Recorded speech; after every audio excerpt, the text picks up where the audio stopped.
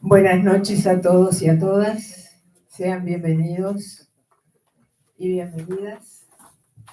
En principio, como esta edición del llamamiento, el compañero Luis Con va a decir brevemente, le va a contar qué es el llamamiento, porque es una tradición que, como muchos del público no conocen el llamamiento y no saben qué es, explicar mínimamente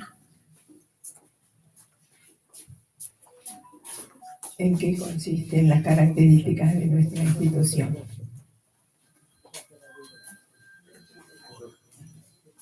Arriba.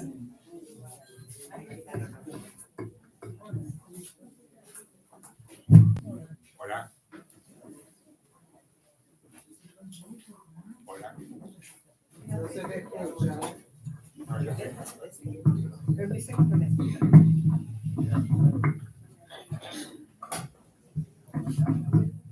Bueno, buenas noches a todos y a todas. Yo venía pensando que se ha hecho, afortunadamente, casi innecesario hacer esta presentación de lo que es el llamamiento. En realidad, nosotros nacimos hace ya 8 años, en los primeros meses del 2015, y en nuestras primeras actividades era necesario explicar qué era el llamamiento, porque nuestra inserción era muy limitada, y aún dentro de la colectividad argentino-judía, normalmente la gente preguntaba qué era el llamamiento. Hoy, si bien no tenemos una penetración mediática importante, ya existe una idea de lo que somos como una institución dentro de la colectividad, donde representamos un sector progresista, democrático, pluralista, humanista, minoritario dentro de la comunidad, pero muy relevante por su actuación. En ese sentido, la mesa que vamos a hacer esta noche, el tema que se ha elegido, tiene que ver no solo con el momento actual en el país, en Latinoamérica, en el mundo, sino tiene que ver también con la génesis del llamamiento, porque justamente el llamamiento nace dentro del entorno que se generó con la denuncia del fiscal Nisman contra las autoridades del gobierno del 2011-2015 por complicidad y encubrimiento de la autoría del atentado en la AMIA, luego el suicidio del fiscal y todo ese proceso, donde la DAIA, invocando la representación de toda la colectividad judía, fue no solamente adherente, sino una articuladora y una promotora de todo ese proceso. Dentro de eso fue que nació el llamamiento. ¿Por qué digo que tiene que ver con esto? Porque eso tuvo como herramienta fundamental el lawfare, una forma de condicionar el orden judicial, el poder judicial, que es una de las armas de estas nuevas formas que adquiere el fascismo, el tema este del lawfare. Por eso decidimos hacer esta mesa, atendiendo también a que eso, por supuesto, son los expositores los que van a tratar ese tema, que hoy surgen entre los cientistas sociales debates sobre si hoy lo que estamos viviendo es fascismo, si es neofascismo, si es un fenómeno que hay que etiquetar de otra forma, pero de cualquier forma estamos hablando siempre de distintas variables del autoritarismo. Entonces, por eso elegimos todo esto, y bueno, le dejo a nuestra compañera Nina Malamud el resto de la organización del debate. Bueno, a ver. No era así, ahora sí. Entonces, nosotros nos hemos reunido acá con los invitados para ver si el fascismo terminó el 8 o 9 de mayo de 1945, cuando se firmó el armisticio, o si el fascismo es algo un poco diferente, que tenga que ver con una esencia humana, no solo con un proceso político, económico, militar, social, cultural, que sucedió en la Europa de los años 30. Hay un corto que está circulando últimamente, eso que no sé si las cosas que circulan por internet uno nunca sabe si son reales o verdaderas las cosas que dicen. Supuestamente es un corto del Departamento de Guerra de Estados Unidos, filmado en el año 1943, en el que hay un orador que está dirigiéndose a un cierto grupo de personas, diciéndoles qué es lo que no queremos en Estados Unidos. No queremos a los extranjeros, no queremos a los negros, no queremos a los católicos. Y hay un señor apartado, sentado al lado de otro, y le pregunta al otro: ¿qué te parece? ¿Vos estás de acuerdo con lo que está diciendo? Y sí, yo creo que podría estar de acuerdo. Y en ese momento el orador sigue hablando y dice, bueno, además de que no queremos a los negros, no queremos a los católicos, no queremos a los extranjeros y no queremos a los masones. Y entonces el señor que estaba preguntado dijo, uy, yo soy masón. Le dice el señor que le había preguntado, ¿y qué pasa? Pero yo soy masón, entonces no sé por qué está hablando en contra de los masones. Entonces vos te das cuenta que simplemente porque se está refiriendo a vos y a tu masonería, ¿no? Entonces, bueno, es decir, digamos, es toda la explicación que le hace el señor que le había preguntado. Era un señor escapado de Hungría, no sé si por el comunismo, por el fascismo, pero bueno, el señor se había escapado de Hungría.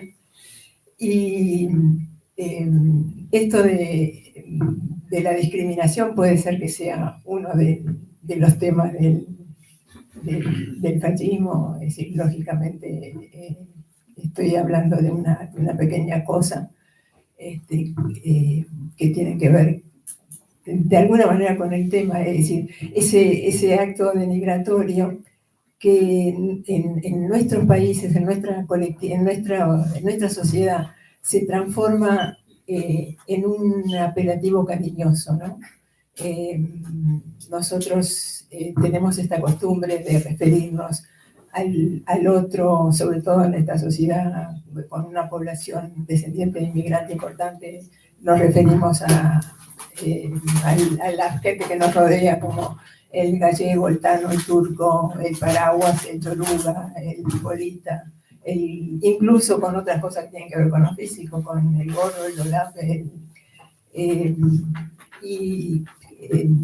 digamos que eso nosotros lo transformamos en un apelativo cariñoso y decimos, no, simplemente es un apelativo con el que yo me dirijo a mis amigos, y me dirijo a mis amigos de una manera en la que deja de ser algo denigratorio.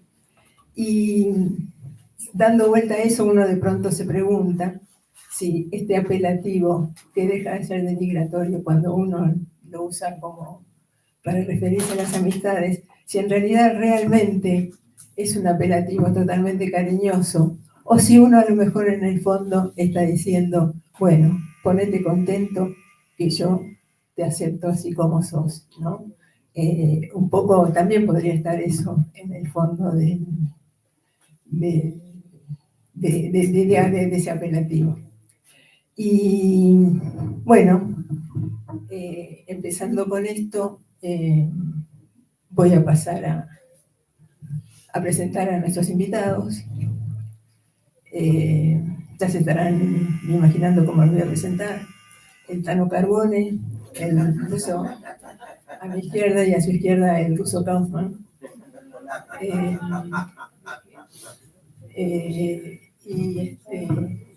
Pero bueno, en realidad, presentándolos con una cierta seriedad, ellos no les gusta que uno muestre demasiado papelerío sobre sus calidades. Y además presentarlos y decir quiénes son, supongo que es como no reconocer realmente quiénes son y pensar que necesitan presentación. De todas maneras, alguna cosa voy a decir.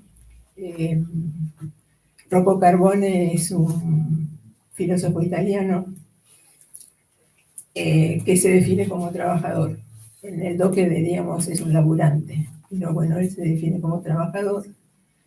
es nacido en Cosenza, es naturalizado en Argentina, creo que desde el año, y llegó acá en el año 2004, y se ocupa de discursividades y procesos políticos y culturales de América Latina. Muchos de ustedes sabrán que su especificidad en los temas de la mafia y justamente el fascismo, que por alguna razón le pedimos que estuviera acá. Estudió en la Universidad de los Estudios de Calabria, si era la de Cosenza, la de la Universidad de Cosenza, porque él es nacido en Cosenza, y trabaja, no sé si sigue trabajando en la Universidad de General Sarmiento, en el CONICET y en la Universidad de Quilmes. Bueno, creo que para lo que a ellos no les gusta que se hable de ellos, he dicho suficiente. Alejandro Kaufman es profesor es crítico cultural, ensayista, profesor universitario, es profesor titular regular en la Universidad de Buenos Aires, en la Universidad de Quilmes, es investigador del Instituto Gino Germán. Ustedes me dirán si estoy diciendo cosas incorrectas. El Instituto Gino Germán de la Universidad de Buenos Aires. Fue profesor visitante en varias universidades extranjeras y es miembro fundador de la revista Pensamiento de los Confines e integrante de su comité de dirección. Bueno, creo que para que lo que ellos me pidieron que diga ya he dicho más de lo necesario.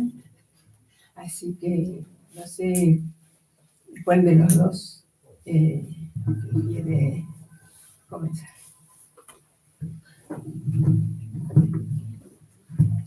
Esto se saca.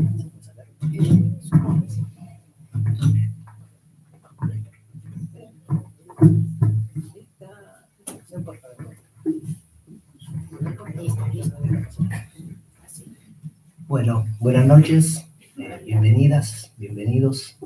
Es un gusto estar acá. Hablo primero porque vine de telonero, en realidad. Yo vine para escucharlo a Alejandro. Así que voy a hablar primero como hacen los teloneros. Gracias, Irina, por la presentación. Un gusto también compartir la mesa con Alejandro. Brevemente, antes de entrar, dijimos que nos vimos presencialmente la primera vez hace 10 años. Y ahora, 10 años después, nos vemos de vuelta presencialmente, aunque entre la primera vez que nos vimos y esta, conversamos unas cuantas veces. Miren, hace un par de días, varios amigos y amigas que están acá, compartimos un lugar, una ceremonia, para recordar a un amigo, a un compañero que muchos de ustedes seguramente conocen, Guillermo Wierzba. Era fue una especie de pequeña ceremonia, de ritual, un encuentro para recordarlo. Digo esta palabra, pero al mismo tiempo no sé si efectivamente es la palabra mejor para decir que efectivamente nos juntábamos a tomar un vinito y a comer unas empanadas para recordar a Guillermo, pero de alguna manera escenificamos esa ausencia, puesto que falleció hace un año, escenificamos esa ausencia entre nosotros y nosotras hace un par de días. Y luego de esa cena, cada uno y cada una de nosotros y nosotras que estaba en ese encuentro empezó a recordar alguna pequeña anécdota de Guillermo, algún pequeño recuerdo, alguna memoria, y todas las interlocuciones, cuando un compañero o una compañera hablaba, decía, yo me acuerdo de que tal día con Guillermo hicimos tal cosas, rememoro el primer día que nos vimos. O sea, cada cual que intervenía para recordar a Guillermo Wierzba anteponía siempre la palabra yo. Y esa palabra yo, uno puede leerla como una referencia, un mero elemento autorreferencial, que para hablar del amigo que ya no está, había que hablar de uno mismo o de una misma. Bueno, a mí me parece que ese yo, que efectivamente aparecía en las conversaciones de esos amigos y esas amigas para recordar a Guillermo Wierzba, no era un elemento de autorreferencialidad, sino que era el reconocimiento de la amistad. O sea, porque al poner yo y luego la palabra Guillermo Biertzba, efectivamente se estaba reconociendo la existencia de un lazo social, de un lazo afectivo. En ese yo estaba menos un elemento de autorreferencialidad que el reconocimiento de una amistad. Ahora, ustedes dirán que tiene que ver Guillermo Biertzba, el yo, toda esta cuestión con lo que nos convoca esta noche, hablando del fascismo. Y digo esto porque me gustaría recuperar algunos pequeños elementos autorreferenciales, pero que van a construir de alguna manera entre nosotros y nosotras acá un lazo afectivo, un lazo amistoso, que se va a verificar bajo la forma de la conversación. Como Elina dijo, efectivamente, yo soy italiano, nací en Cosenza y para dar mayores especificaciones, en un pueblo campesino cerca de Cosenza. Y como todo el mundo, tuve 4 abuelos, 2 abuelos paternos y 2 abuelos maternos. Ahora, mi abuelo materno se llamaba Michele, era un campesino, había hecho primer grado, segundo, tercero, cuarto y quinto grado de primaria. Sabía leer y sabía escribir. No así su compañera, su esposa de toda la vida, que había hecho 2 grados de primaria. Y este tipo sabía leer y sabía escribir y había militado en el Partido Comunista Italiano. Había fundado el Partido Comunista, la sección del Partido Comunista en ese pequeño pueblo campesino que desde hace 5.000 años a esta parte tiene más o menos 800 personas. Y ustedes saben que el Partido Comunista Italiano se fundó el 21 de enero del 21 en Livorno, lo fundó Antonio Gramsci, entre otras personas. Y este buen señor, junto con otros 2 compañeros, fundó la sección del Partido Comunista un año después en este pequeño pueblo campesino. Bueno, luego del 21, en octubre del 22, como ustedes saben, se precipita la marcha sobre Roma del fascismo. Y estos muchachos habían fundado las secciones del Partido Comunista y pocos años después empiezan a perseguirlos. Eran campesinos que trabajaban en pequeñas porciones de tierra. Cuando yo vine a la Argentina y descubrí más o menos las extensiones de tierra que tiene un propietario, quedé azorado, porque ahí los pedacitos de tierra que plantaban, que cultivaban, que trabajaban los campesinos y las campesinas de manera igualitaria, porque frente al flujo de la naturaleza, frente a un flujo indetenible de la naturaleza, hay un igualitarismo genérico entre hombres y mujeres frente a la naturaleza y frente a la tierra. Bueno, este pequeño campesino que tenía, no la poseía, pero trabajaba una pequeña porción de tierra que era de 5 por 15 o 6 por 16, algo por el estilo, una cosa muy chiquitita.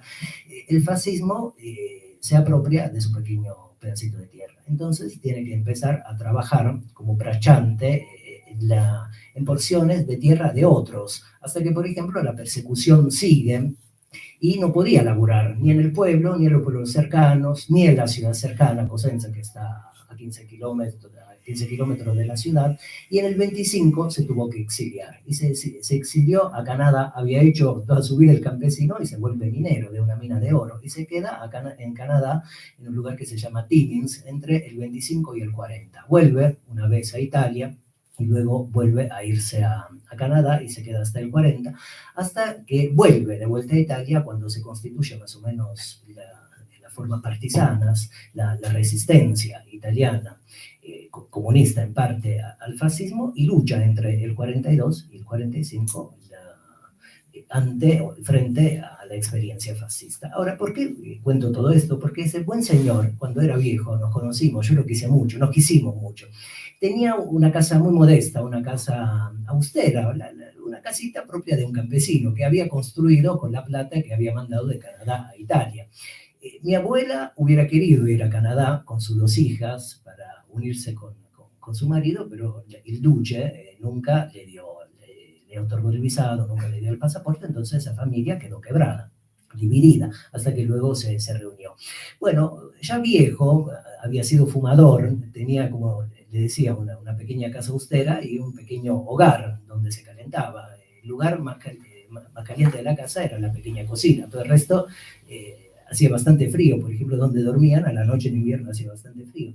Y ahí, en ese hogar, en ese focolare, como se dice en italiano, juntaba a sus nietos y nos contaba historias, nos leía cosas, nos contaba historias de caballería, nos contaba, por ejemplo, de la arquitectura de Timmins, de su experiencia como inmigrante. Nos contaba también que había hecho la lucha partisana, cómo había luchado, cómo se organizaban, el tipo de juventud que más o menos integraban. Y recordé todo esto para venir acá, porque quiero leer en honor de mi abuelo una cosita, unas pocas páginas de un libro que tengo acá y luego voy a decir de quién es el libro, pero antes voy a leer esas pequeñas páginas. Ahora, por qué me gusta leer frente a ustedes o entre nosotros y nosotras unas pocas páginas de un libraco muy grande, como ven? Porque cada vez que efectivamente leemos algo, se reconstituye o se constituye o se configura una comunidad. Nosotros somos una comunidad acá, que se articula, se organiza alrededor de la palabra.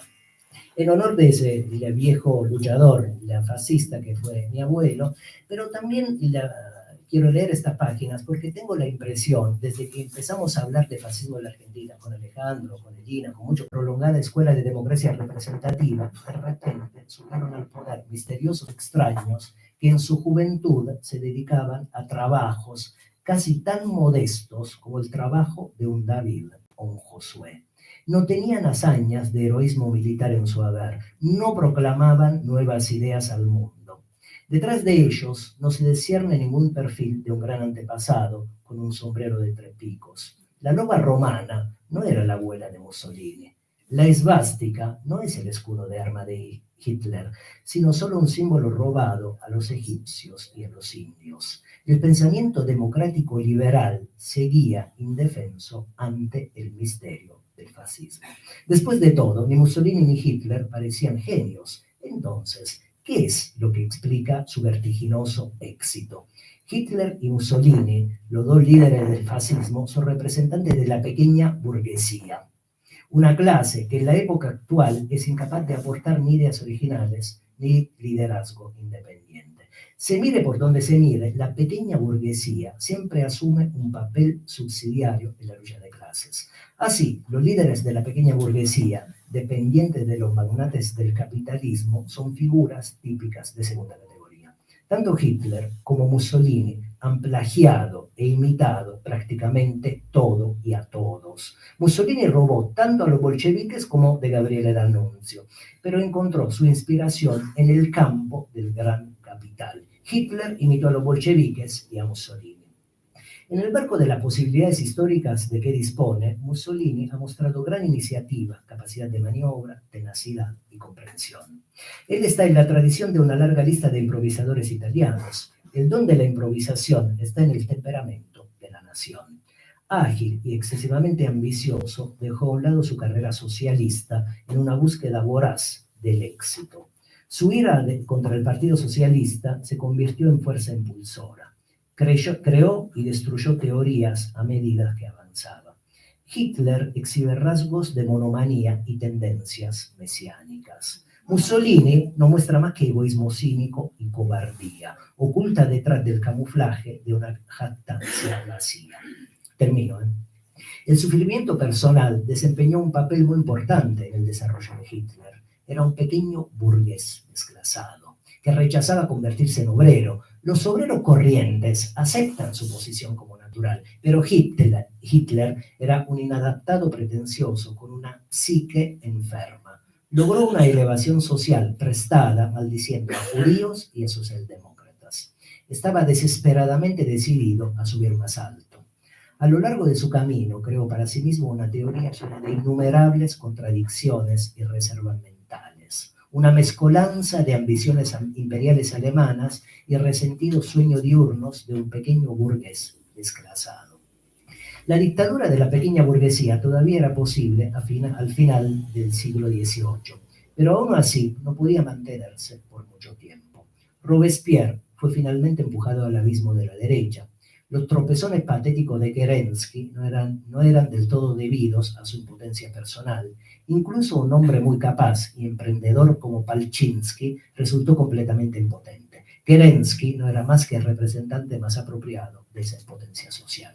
Si los bolcheviques no hubieran tomado el poder, el mundo habría tenido un nombre ruso para el fascismo 5 años antes de la marcha sobre Roma. Bueno, palabra de Trotsky, el libro sobre Stalin. Bueno, como le decía, me interesa reponer esta palabra, me interesa reponer efectivamente esta conversación, porque tengo esta impresión, y capaz lo podemos conversar si le parece, que efectivamente el desconocimiento nuestro en el siglo XXI, en la Argentina que estamos viviendo, muestra nuestro gran desconocimiento de esta tradición de la izquierda, o el velo que se ha impuesto como desmemoria a estas grandes tradiciones emancipatorias.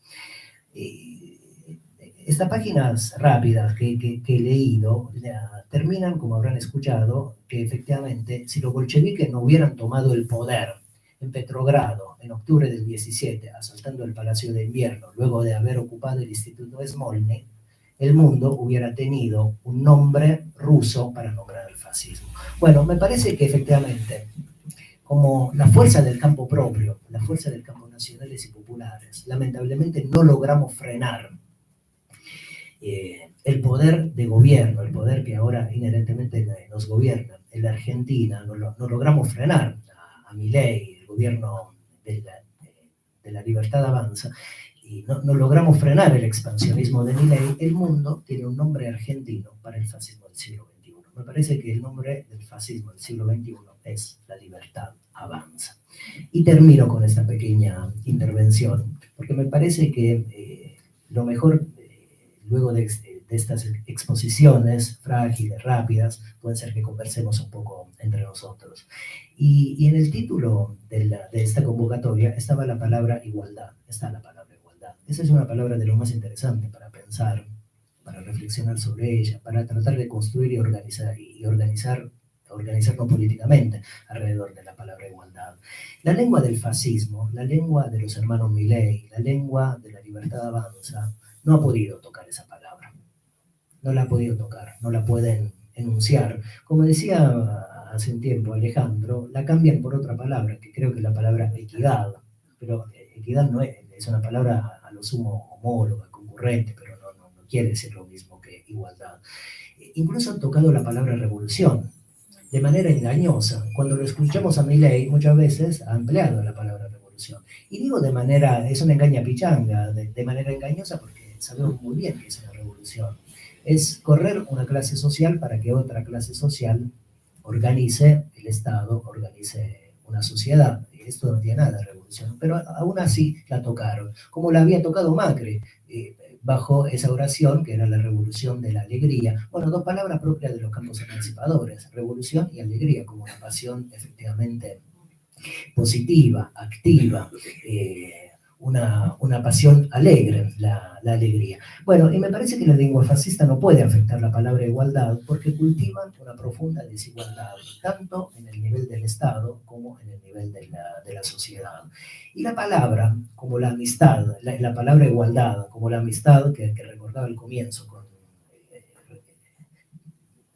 recuperando y recordando la figura del querido Guillermo Biersma, son virtudes. Las virtudes son tautológicas porque se aprenden de algún modo practicándolas. De hecho, somos corajudos y corajudas practicando y cultivando el coraje. Tenemos templanza si efectivamente logramos ser moderados y somos iguales si podemos cultivar la igualdad. Bueno, la igualdad me parece que podemos entenderla como la articulación de las diferencias.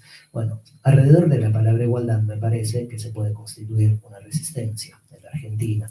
Alrededor de la palabra igualdad podemos constituir una organización, podemos desplegar un poder y efectivamente podemos organizar un movimiento resistente a este gobierno de la Libertad Avanza, que me parece que puede ser considerado como un sinónimo pertinente de la vieja palabra y de la vieja categoría de fascismo. Bueno, muchas gracias.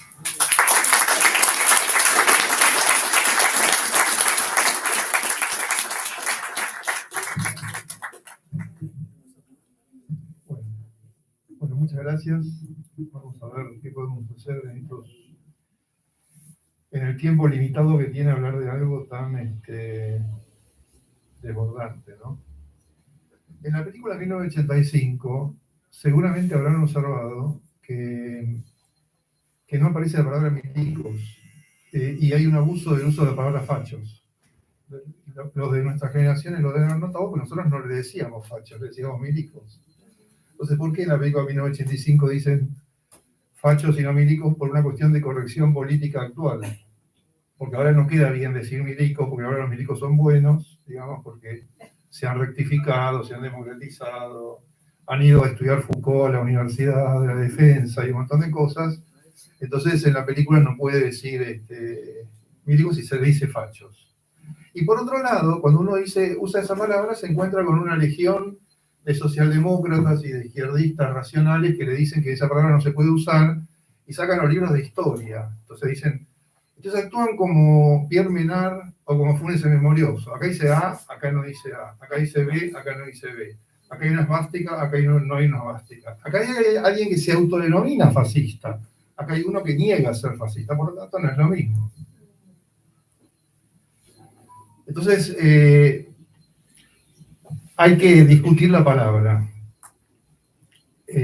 al mismo tiempo que se la usa, ¿no es cierto? Nosotros nos hemos puesto a usar esa palabra, y al mismo tiempo que esto transcurre, empiezan a suceder distintas cosas, ¿no? Lo primero que sucedió fue cómo reaccionó Milei cuando se le dijo nazi, que se le empezó a decir primero una persona, después otra, después el presidente de la nación argentina, después el papa, que como un presidente mundial, le fueron diciendo nazi, y al final dejó de litigar en los tribunales. Y como las cosas ocurren de una manera no sincrónica en la vida social e histórica, uno de los periodistas que primero le había dicho eso y que fue llevado a tribunales, se disculpó, pidió excusas por haberle dicho eso. Es un hecho gravísimo. Es una mancha tremenda para el periodismo argentino lo que hizo. Y para la libertad de expresión. Se disculpó por haberle dicho facho. Las reacciones de estos periodistas, todos más o menos de derecha, la mayoría de ellos de los que reaccionaron así, o sea, liberales, ¿no es cierto?, frente a las actitudes primeras de Milei, mucho antes de lo que estamos ahora, ¿no? Esto fue hace 2 años más o menos que ocurrieron estos eventos. Y entonces, esto hay que explicarlo porque está completamente torturado, ¿no? No quisiera perder tiempo en este aspecto de la cuestión, pero hay que explicarlo porque hay 2 incidencias con la palabra fascismo. Por un lado, gente compañera que dice que esa palabra es incorrecta y lo dice rápidamente, porque estas cosas se suele hablar afectiva y rápidamente. La palabra no hay que usarla por esto que dije antes, Pierre Menard, ¿no? Es decir, esto no es como lo otro. Ponen una cosa al lado de la otra y dicen esto es distinto, ven toda la parte vacía de la botella, digamos, ¿no? Todas las diferencias que hay. Bueno, es un método epistemológicamente bobo, ¿no es cierto? Porque, es decir, en la era moderna en que existió el Linneo y la clasificación de las especies, se superó esa forma boba de comparar cosas casi de escuela primaria, ¿no es cierto? Sin embargo, hay gente que hace eso. Y a los que practican las historiografías rigurosas les resulta ameno esa forma metodológica, porque se corresponde con un modo de ver las cosas, ¿no? Es decir, con lo fáctico, con los hechos históricos.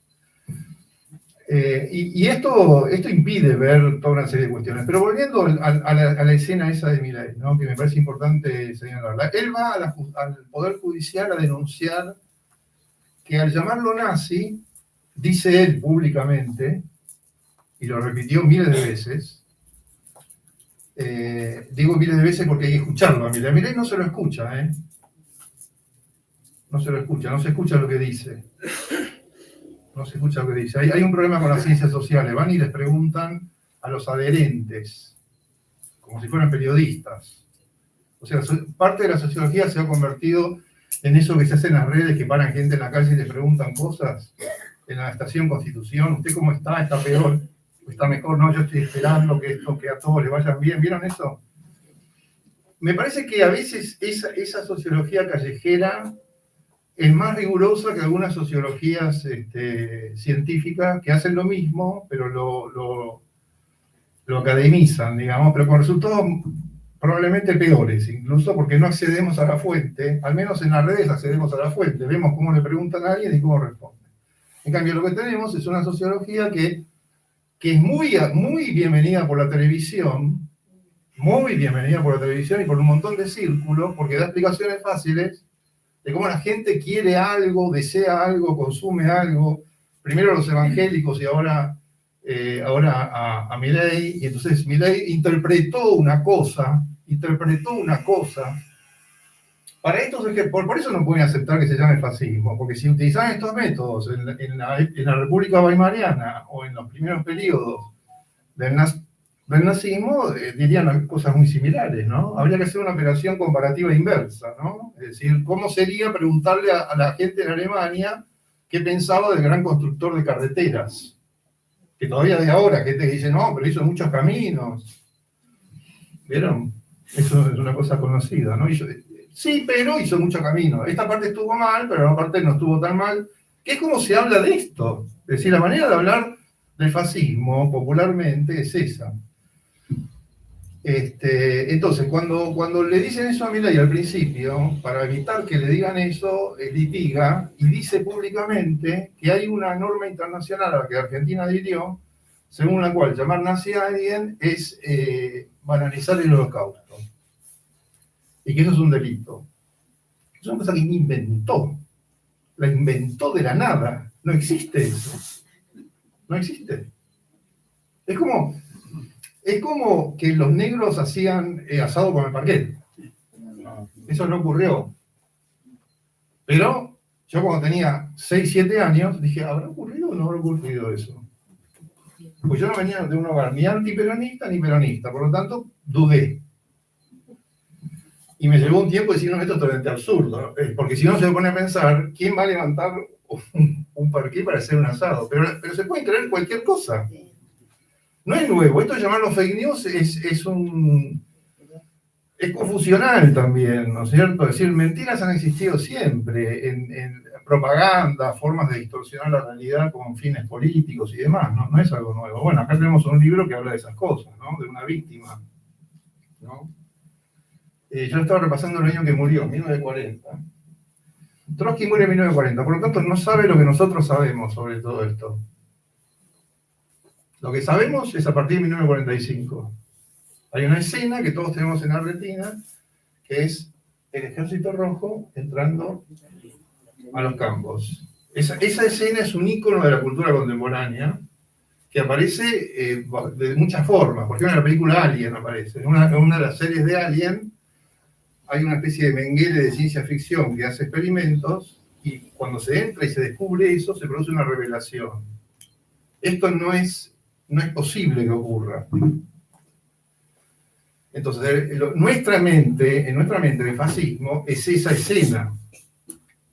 El fascismo tuvo 25 años antes, ¿no? 20, 25 años de transcurso donde no estaba esa escena. Trotsky no vio esa escena.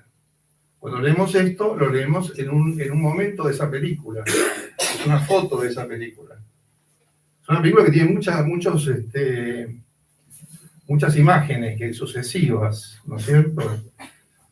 En las iniciales no se entendía nada de lo que pasaba. Parecía que era un movimiento popular. Cuando comenzó en la década del 20 era un movimiento popular.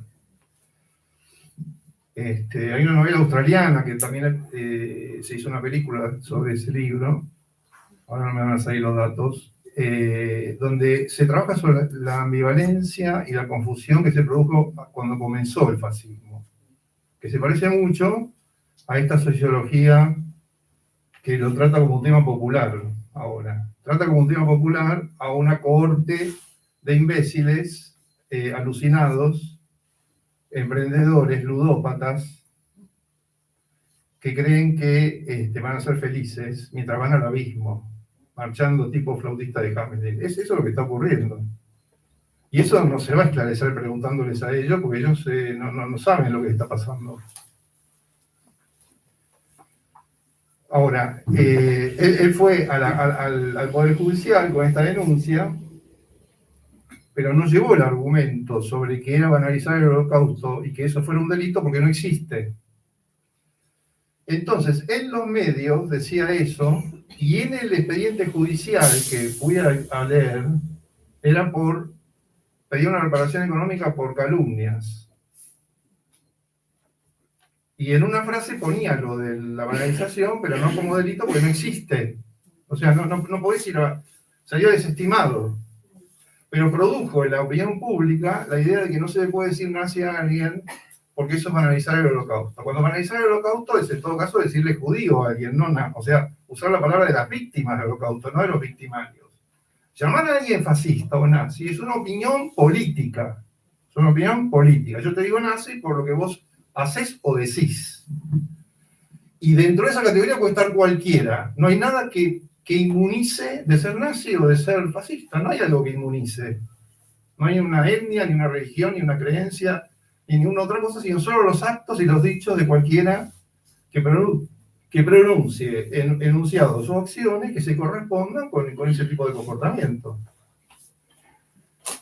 Entonces, eso es objeto de escrutinio o de evaluación. ¿Esa persona estuvo forzada a actuar de esa manera como los Sonderkommando? Los Sonderkommando eran víctimas que actuaban sobre otros, o los capos, ¿no es cierto? Estaban forzados. Porque lo que hace el exterminio o el genocidio o el esclavismo es convertir a unas víctimas en victimarios, las pone a unas en contra de las otras. Así funciona eso. Eso es así como funciona, no es una cuestión de etiquetado, de categorización, de esencias. Es un dispositivo, es una maquinaria que hace actuar a las personas como si fueran muñecos, como títeres, como cuerpos inánimes. Entonces, esa discusión nunca se termina de resolver porque produce culpa, es parte del trauma del genocidio, del exterminio, del fascismo, es qué pasó con las víctimas. De eso habla Primo Levi, lo llaman zona gris, de eso hablamos en Argentina, de todo lo que pasó en Argentina. De la palabra quebrado, de las traiciones, el libro llamado Traiciones. En algún punto de nuestras mentes está la idea de que la tortura no es algo a lo cual se pueda resistir. No es heroico resistir a la tortura. Por supuesto que es mejor que eso ocurra, pero no es algo que se pueda pedir a nadie. Porque las técnicas que se han desarrollado, que tienen mucho que ver con nuestra palabra de hoy, no tienen límites, son capaces de hacerle cualquier cosa a un ser humano. No hay algo en el ser humano voluntario o de integridad que en última instancia pueda resistirse a eso. Y eso se supo después del fascismo. El fascismo contribuyó también, ¿no? En algunos aspectos técnicos de la cuestión.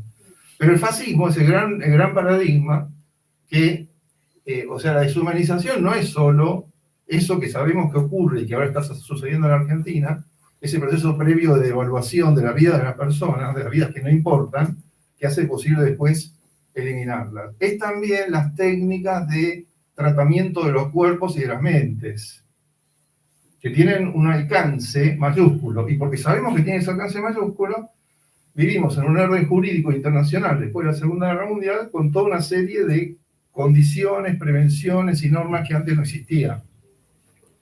Y estamos profundamente traumatizados en este momento porque ese orden, que duró un cierto tiempo, entró en crisis.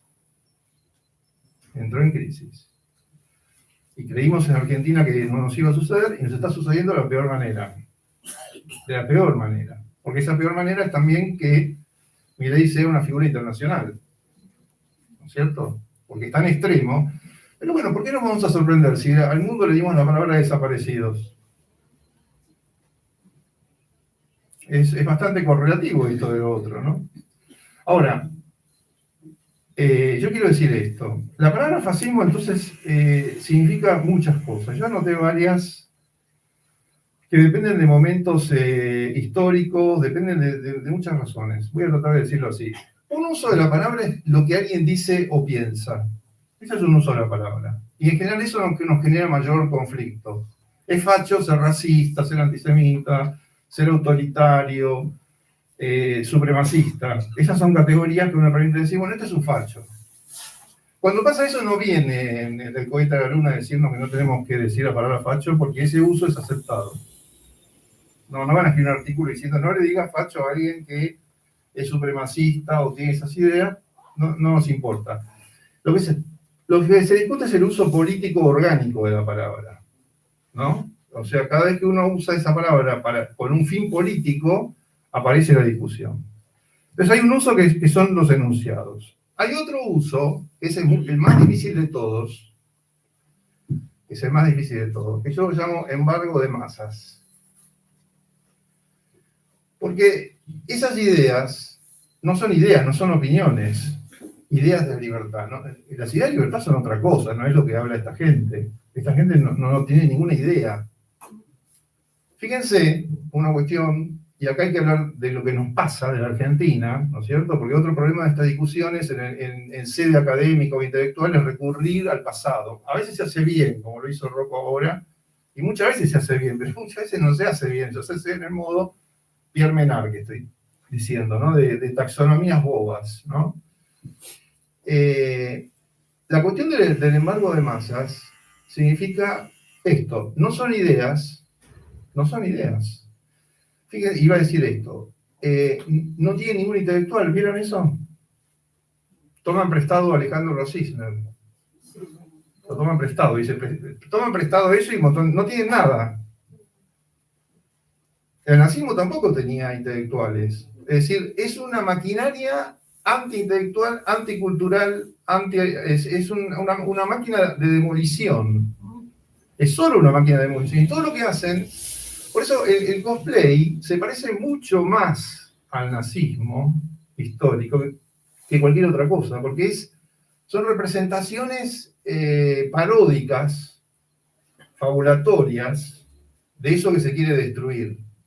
Porque pero ahora voy a seguir con eso. Entonces tenemos el embargo de masas. Es una operación en cual las masas participan voluntariamente de un trastorno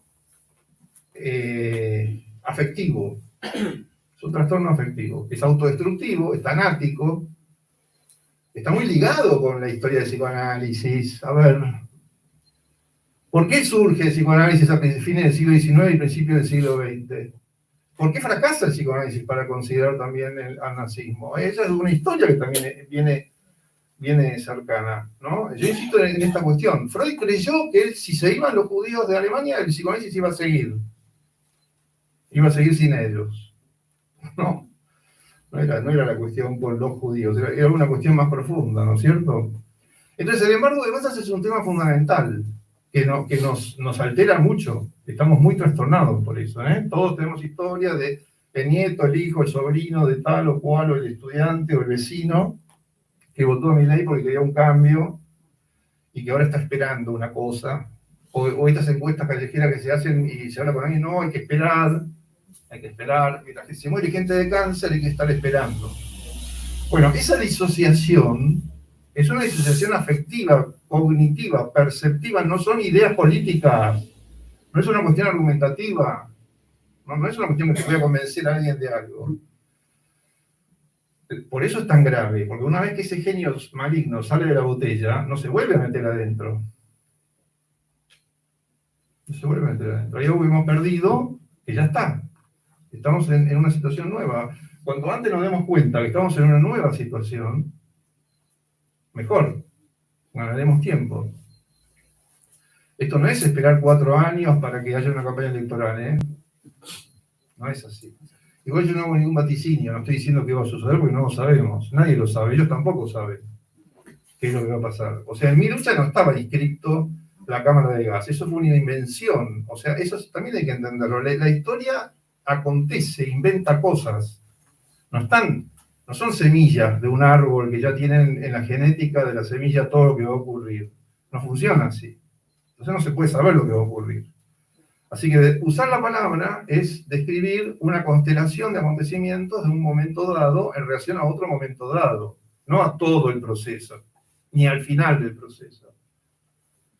Ahora, cuando uno va sumando lo que ocurre, encuentra negacionismo, Villarruel, la libertad a los milicos presos, viene todo ahí. O sea, uno lo va encontrando, no se puede predecir, pero va sucediendo. Es decir, todo lo que sabemos que está ocurriendo. Así que tenemos el uso intuitivo, habitual, que nadie cuestiona, el embargo de masas, que es lo más difícil de todo. La bibliografía sobre esto es inmensa, sobre el siglo pasado. Y una de las dificultades que tiene la cuestión del embargo de masas es que nos involucra, no es algo que ocurre en otro lado ni a otras personas, sino que es la sociedad que formamos parte, ¿no es cierto? Estamos profundamente involucrados con eso que sucede. Y eso dificulta mucho más discutirlo, analizarlo. ¿no es cierto? Nos atraviesa, es lo siniestro, efectivamente. Es decir, es lo que tenemos adentro como individuos y como colectivo, y que se nos aparece enfrentado como algo que nos viene a destruir. Entonces, es bien difícil esa cuestión. Después, el fascismo es una organización político-estatal, que sabemos cómo tiene una historia. Eso no existía en 1925 o 1928, ¿no es cierto? Es decir, tuvo que haber una serie de acontecimientos que fueron masacres, básicamente, de algunos actores para que otros pudieran organizarse de manera constitutiva de la Gestapo, de las SS y todo lo que sabemos.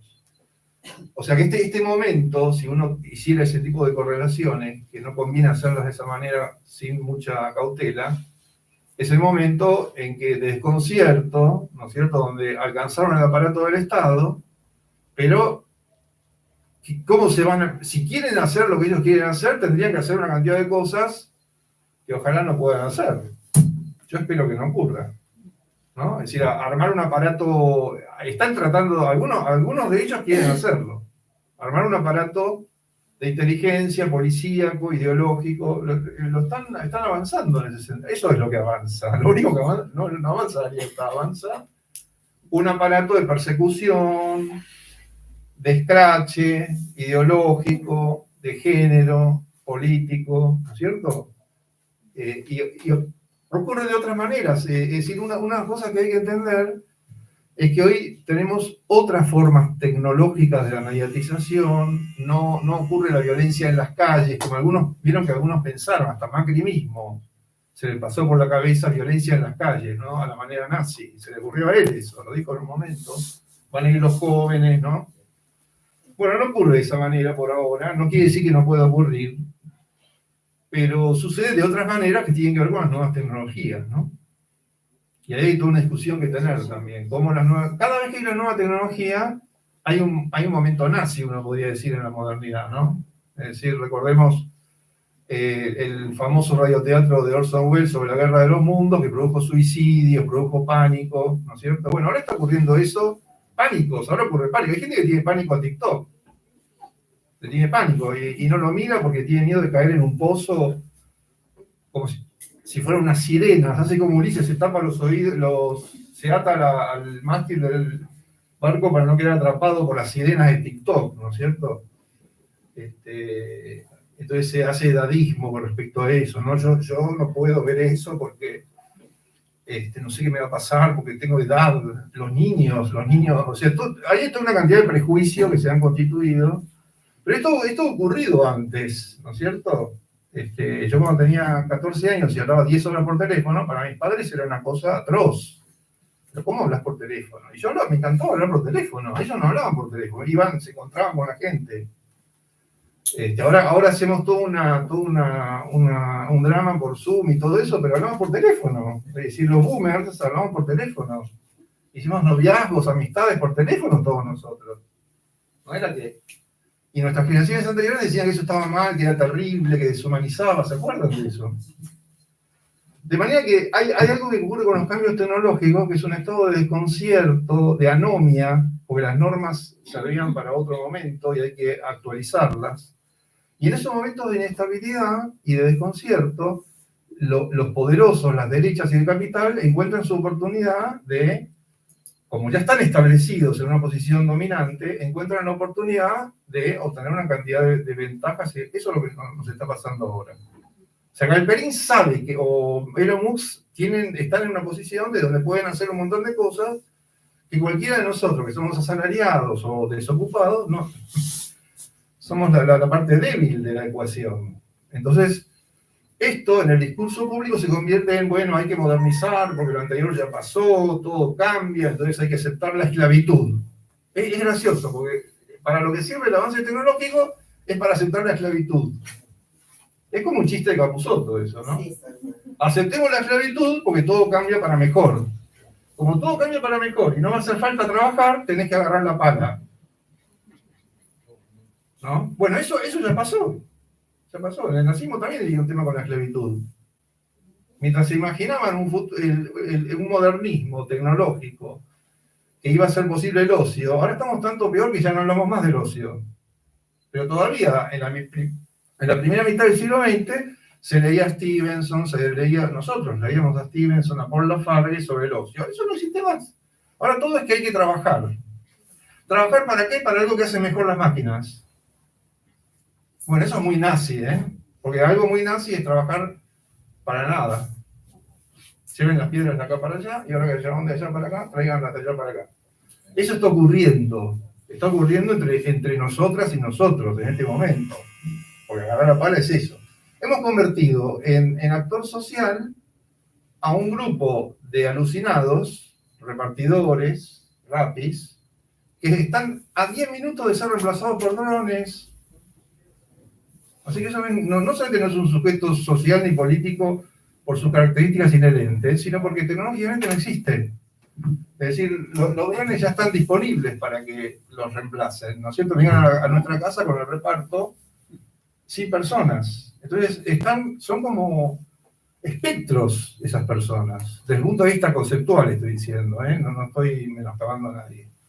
Son como espectros, los Uber, todo eso, los conductores de colectivos del Metrobús, que ya está hecha la trocha para que vayan solos, sin personas. Ya está hecho, el arquitecto que marca un camino para un colectivo en el que no se cruce nada, eso es un ferrocarril.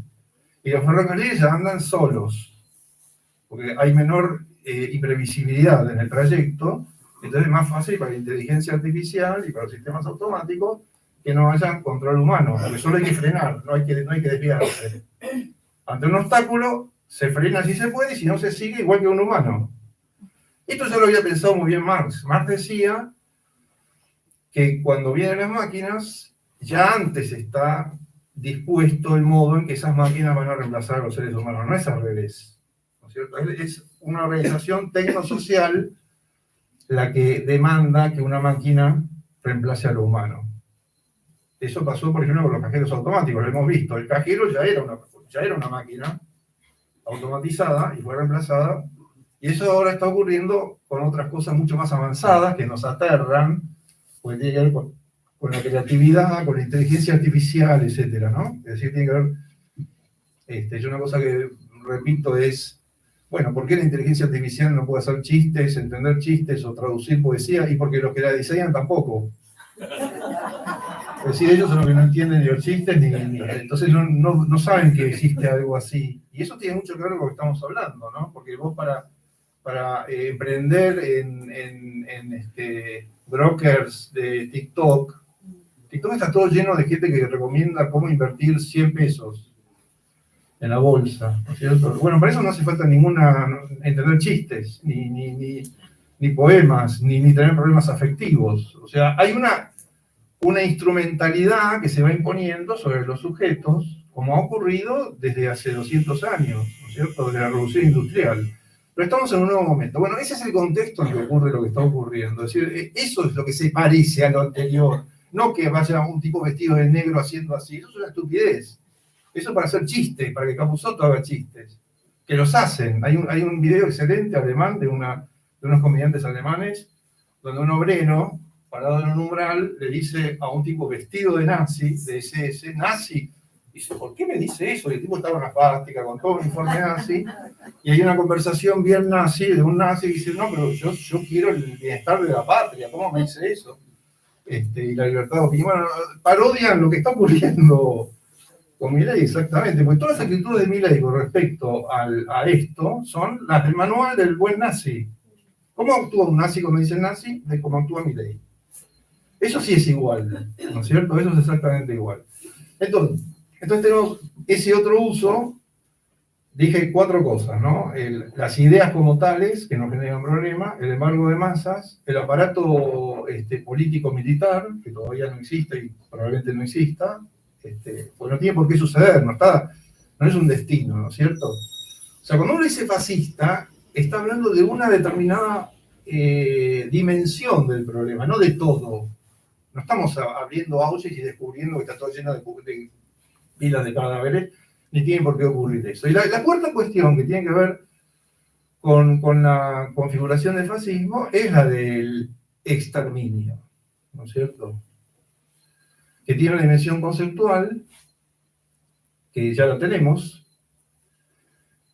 Acá hay un punto, porque yo creo que cuando discutimos esto hay que encontrar formas transmisibles, sí, de comprensión de las cosas, que puedan ser transmisibles, quiere decir políticas, no quiere decir en el sentido habitual de la palabra de que se entiendan. La política no es entender, la política es que uno actúe de una determinada manera. Y no siempre puede explicar cómo actúa.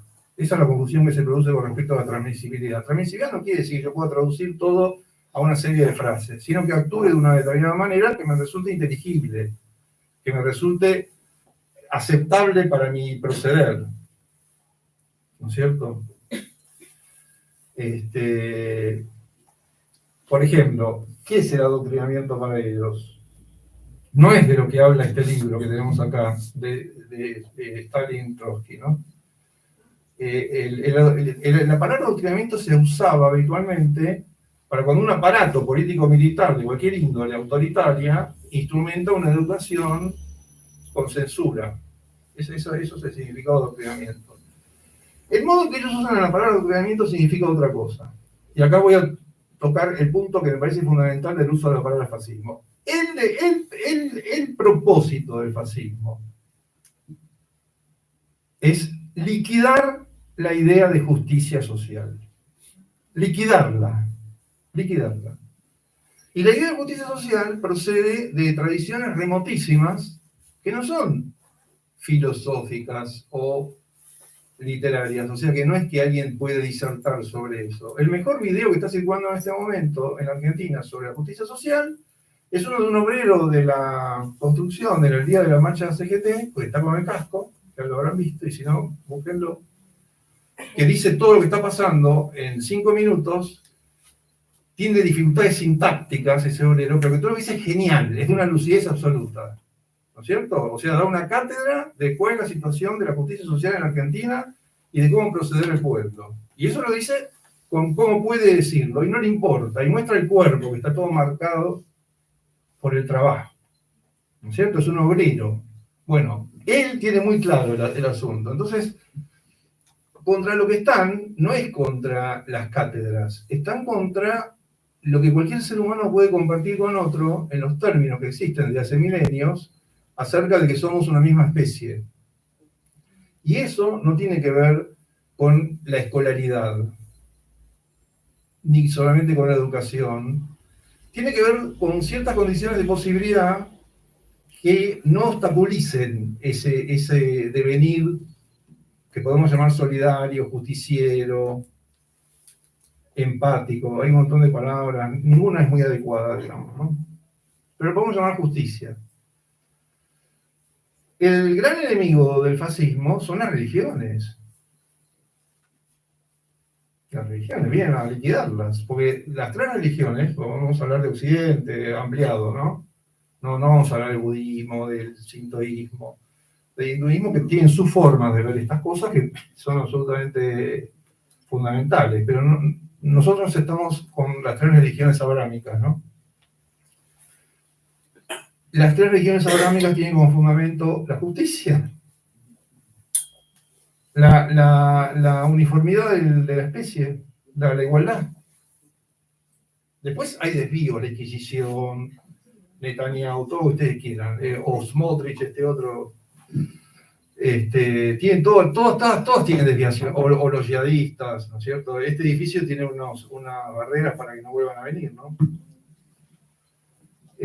Así estamos entrampados con todas estas discusiones. Pero todas las religiones tienen desvíos, tienen discusiones, miles de interpretaciones, pero ninguna puede decir lo que dice mi ley de la justicia social. No van a encontrar a nadie, ni siquiera a Torquemada diciendo eso. Lo van a decir de otro modo, pero no pueden decir eso. No pueden decir la justicia social es injusta, hay que liquidar la justicia social. Eso es un argumento fascista.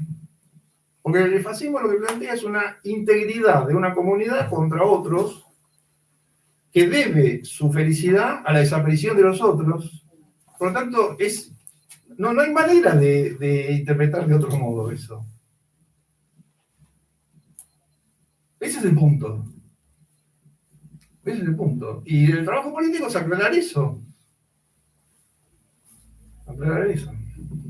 Por eso digo, no se lo escucha a Milei. No se lo escucha a Milei. Las dos ideas principales de Milei son, una esta, la liquidación de la justicia social en el sentido del fascismo, ¿no es cierto? Que tiene un montón de consecuencias. Implica rechazar la igualdad de género, con todas las consecuencias que eso tiene respecto del feminismo. Implica admitir la esclavitud, implica el supremacismo, viene con el supremacismo eso. Hay seres superiores que merecen todos los privilegios y el resto son esclavos, son de distintas categorías. Están los que tienen que ser exterminados y los que solamente tienen que ser sometidos, que era la postura de los nazis con respecto a los esclavos, ¿no? Bueno, ahora ya un predio en el sur que le fue otorgado a los mapuches se está retirando, ¿no? Se está rescindiendo un contrato, ¿no es cierto? Es decir, la derecha siempre quiso hacer eso, pero les daba pudor, qué sé yo, o sea, porque además hay otra cuestión que también, discúlpeme si me entiendo un poco, pero esto es desbordante, ¿no? Hay otra cuestión que está pasando también, que oscilamos entre dos temporalidades. El fascismo plantea una temporalidad que es 1945. 1945, como consecuencia del Holocausto, no de la Segunda Guerra Mundial, sino del Holocausto.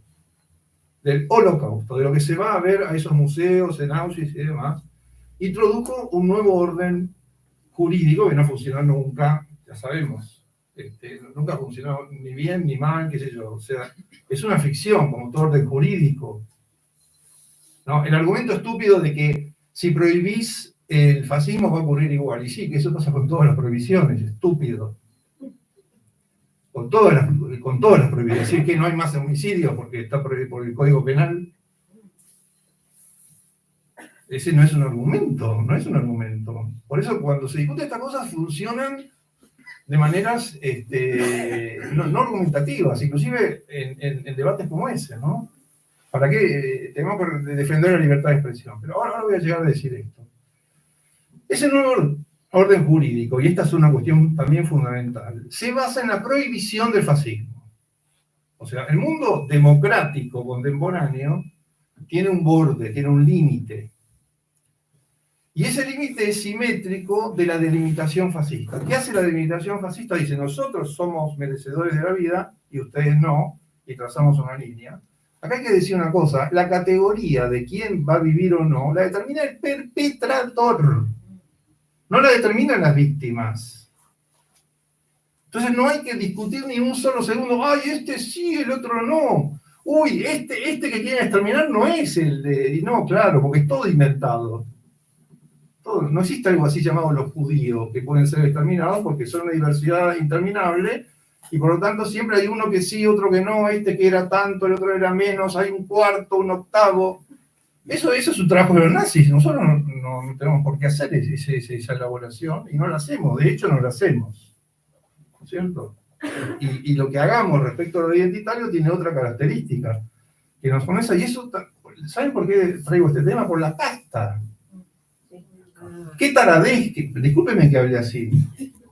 ¿Qué taradez que decir, este es lo casta, lo otro no es lo casta, pero al final la casta no era la casta y la casta... No, cuando dijeron casta y argentinos de bien, se terminó. Se terminó. Argentinos del bien. Y los otros son argentinos del mal. ¿Y qué vamos a hacer con los argentinos del mal? Son criminales. Es decir, cuando la política criminaliza, se vuelve fascista. El devenir fascista de la política es cuando criminaliza. Porque cuando se criminaliza, solo puede ser tratada la persona criminalizada o el colectivo criminalizado por la violencia. Todo lo que hacen entonces es fascista. La vereda. Convirtieron la vereda en un enunciado ideal, convirtieron la vereda en algo. Hay algo que es la vereda. ¿Vieron eso? Entonces, cada vez que hay gente en la calle, hay que determinar la vereda. Vacío, es un significante completamente vacío que no tiene ningún sentido. Ni siquiera si corta o no el tránsito. Claro que van a reprimir a la gente arriba de la vereda, porque la vereda es un invento, no existe la vereda. Lo que existe es la cantidad de gente. Es cierto, habíamos abusado. En Argentina tenemos tiempos largos. Estuvimos 20 años y entonces había corte de 10 personas. ¿Vieron eso? Claro, uno que es muy politizado dice, bueno, está bien, me parece perfecto que 10 personas corten la ruta y que estemos 3 horas para llegar al aeropuerto. A nosotros, yo creo que la mayoría de nosotros nos ha pasado eso y lo consideramos hasta un deber militante, si vos querés, ¿no es cierto? Pero pedirle eso al resto de la población es un poco difícil y algún día eso tendría que haberse resuelto por medio de responder a las demandas, ¿no? Por ejemplo, eso era lo que queríamos y por eso lo soportábamos. Pero bueno, no sucedió así. Pero eso lo convirtieron en un mito, el mito de la vereda, ¿no? Es decir, no hay tal cosa. Entonces, se genera una situación pendenciera por la cual, si somos 500.000, y sí, claro, no vamos a caminar. Por eso el pueblo siempre inventa cosas. ¿Qué fue lo primero que se inventó? Y vamos a hacer una cola de 500.000 personas a petovelo. ¿Vieron? Entonces, ¿cómo reaccionó ella? No supo qué decir y actuó violentamente, así bruscamente, ¿no? Claro, ¿por qué no? Hacemos una cola y donde termina el AMBA, sigue en el campo toda la cola de 2 millones de personas para tal o cual cosa. Tenía humor también esa propuesta, era realmente una gran creación. Ahora, el problema de prohibir, ese es el verdadero problema. Lo que asusta a los socialdemócratas, que son socialdemócratas, aunque sean compañeros más cercanos, cuando no quieren usar la palabra, es la palabra prohibir. El problema del cohete con prohibir es que nos pone muy nervioso a la conducción del cohete. Eso viene escrito en el cohete. No nos preocupemos por el cohete. Pero Berbisky sigue la línea norteamericana de la libertad de expresión, que es una línea liberal. Es una línea liberal. Es que no tuvieron este problema en su país. Cuando vos no tuviste ese problema en tu país, no tenés un montón de ex-nazis que si levantás la prohibición o no la sostenés, no sabés lo que va a pasar. Eso es Europa y eso es la Argentina también. Eso no lo pudimos resolver. Porque estamos no somos Europa y ni somos Estados Unidos, pero el apoyo político ONGista de los derechos humanos que tiene Estados Unidos favorece una idea de ese tipo de la libertad de expresión. Por lo tanto, si uno plantea lo que estoy diciendo, se enajena de ese tipo de apoyos, lo cual puede ser atendible, pero intelectualmente hay que discutirlo. Hay que discutirlo. Por eso hemos apoyado que no puede no haber legislación contra el negacionismo, no porque lo va a resolver, sino porque la estatalidad tiene que ser responsable. La estatalidad tiene que ser responsable por el negacionismo, no puede decir, arréglenselo discutiendo con nazis, o con fascistas, o con genocidas. Ese es el problema principal que tenemos, ya tarde, porque la otra cuestión que hay que decir de esto es que la mayoría de lo que tenemos pensado sobre esto, experimentado, es en contextos donde solo hay opiniones fascistas, no una politización, no ganan elecciones. Cuando ganan elecciones ya es tarde. Ya salió el genio maligno de la botella y están sus vapores, lo estamos respirando. Es decir, es tarde. No estamos en el momento preventivo. Por eso hay debates que son tardíos o que son discrónicos, ¿no es cierto? Ya no podemos decir, no obstante, siempre estamos sobreviviendo a una situación y teniendo que enfrentarla y tratar de emanciparnos, de superarla. Entonces ahora estamos en esa encrucijada. Sí. Ah, bien. Ese era fascista. La puerta. Muy cerrado. No sé cómo se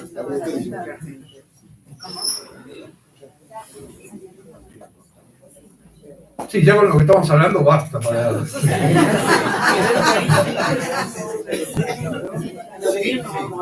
Eli, ahí está.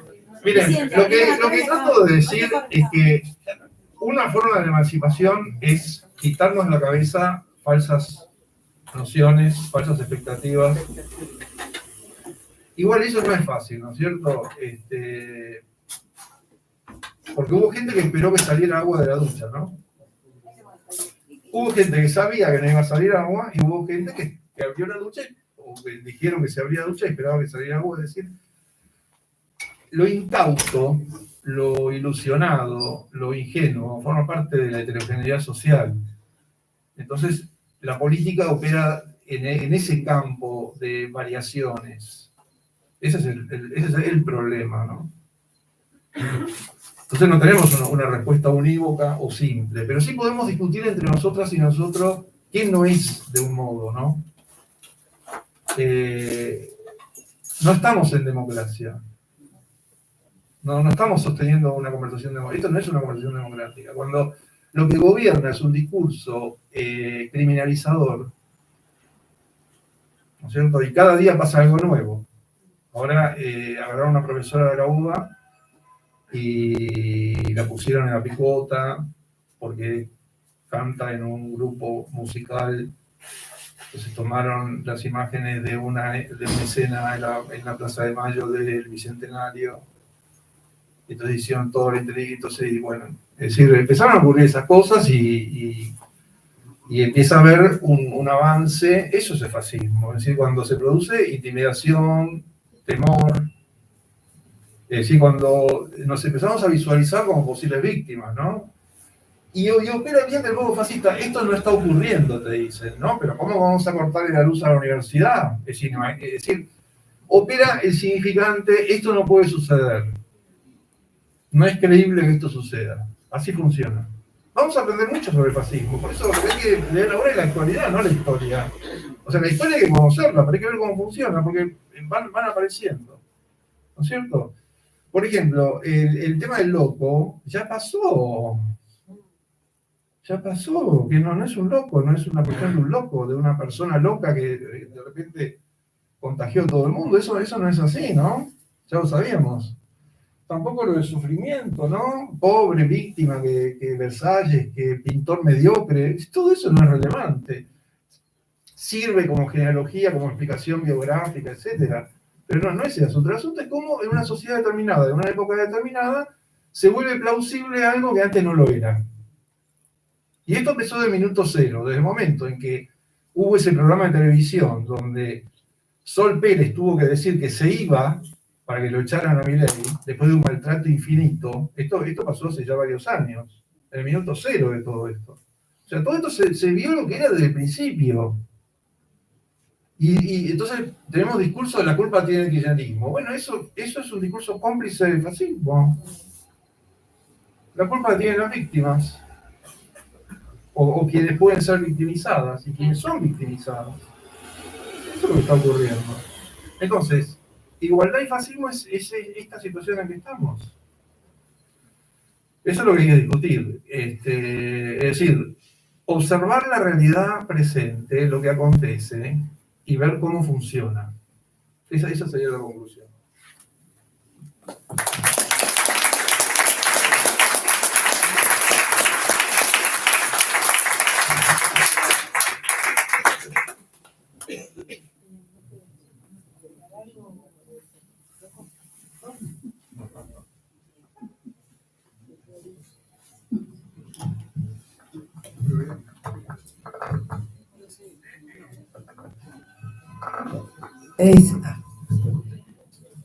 Bueno, amigos, compañeros, javerines, está abierta la posibilidad de formular alguna pregunta.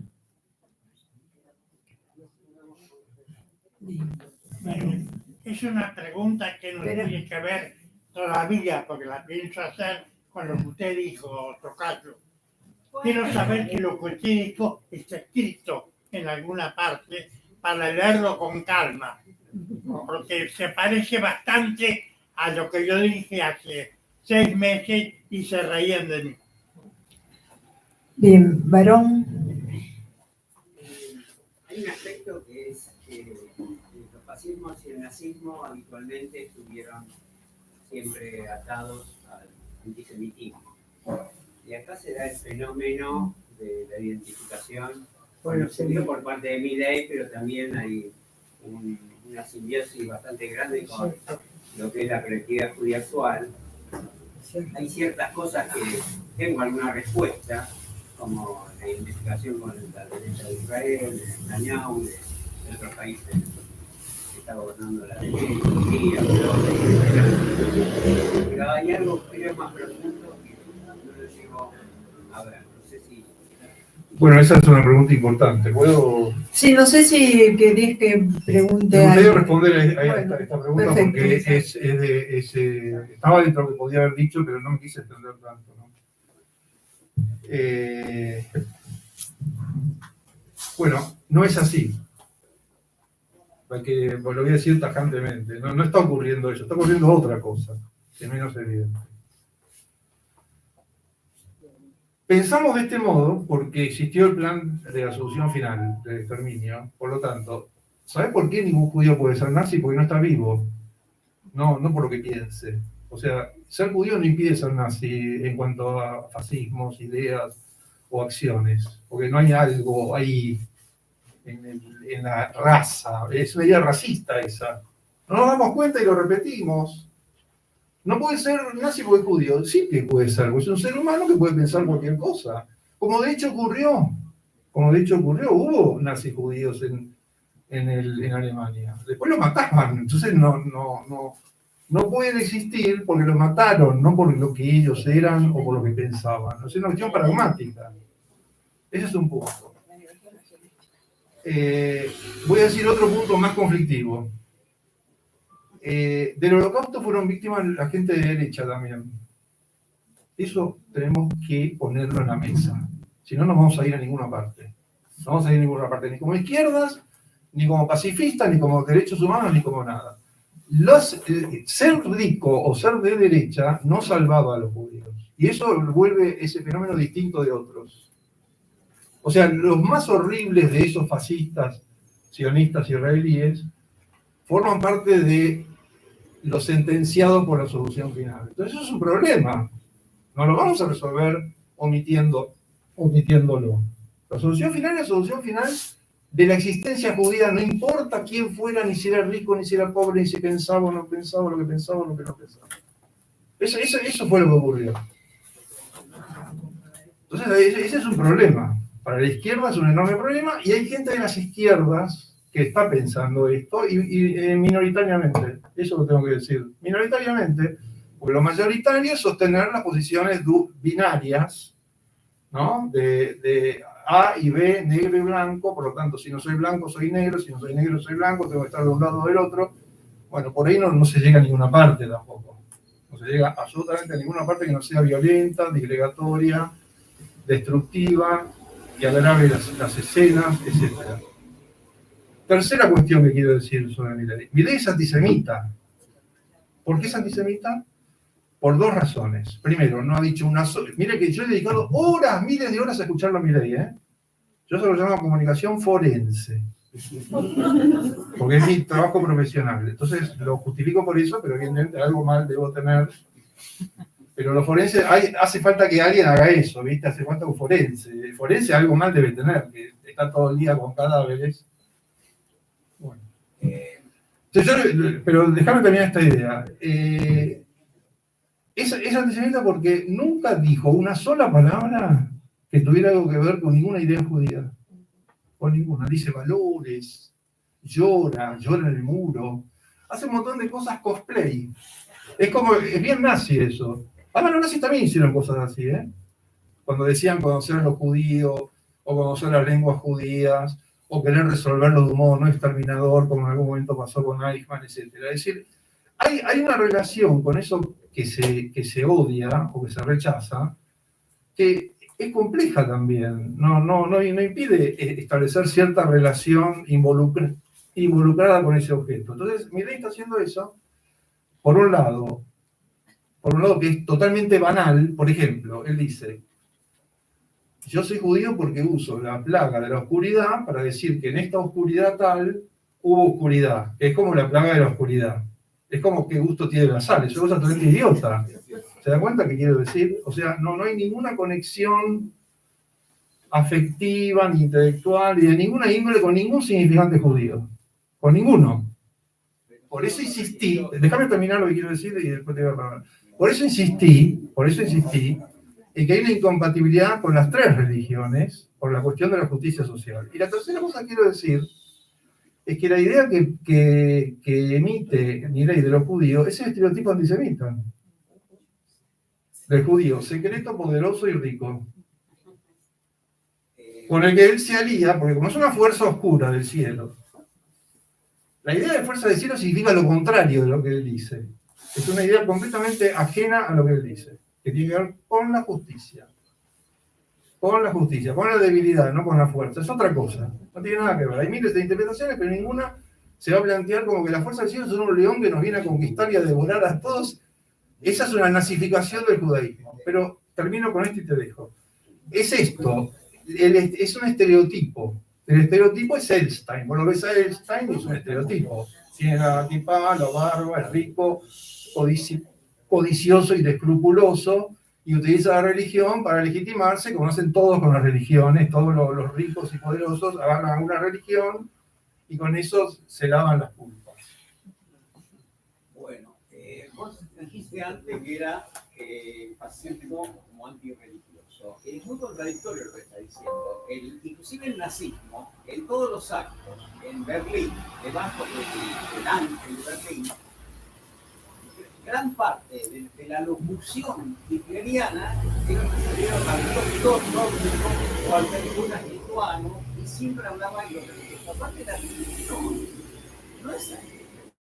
No están. El neopentecostalismo, norpentecostalismo, apoyó financieramente el grupo Vano, el mismo grupo que apoyó a Bolsonaro, puso una cantidad de guita impresionante en los actos populares, que todos esos sectores que dicen bendiciones, que te saludan, de los sectores populares, le votaron a Milei.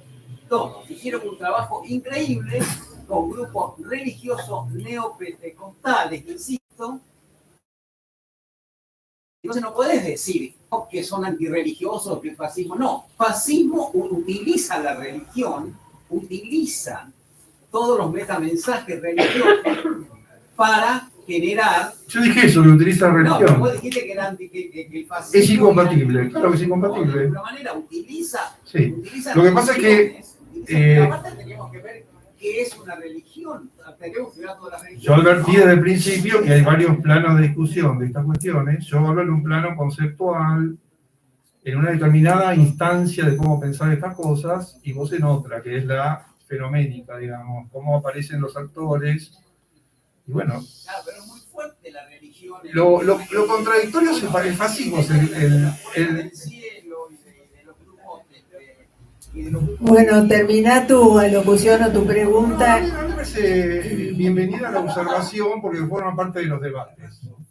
Forma parte de los debates. Yo recurro a una tradición hermenéutica que encuentra determinadas significaciones bajo otras formas, y vos recurrís a otra tradición interpretativa que es la que los actores explicitan, lo que dicen explícitamente. Son dos formas distintas de ver la cuestión.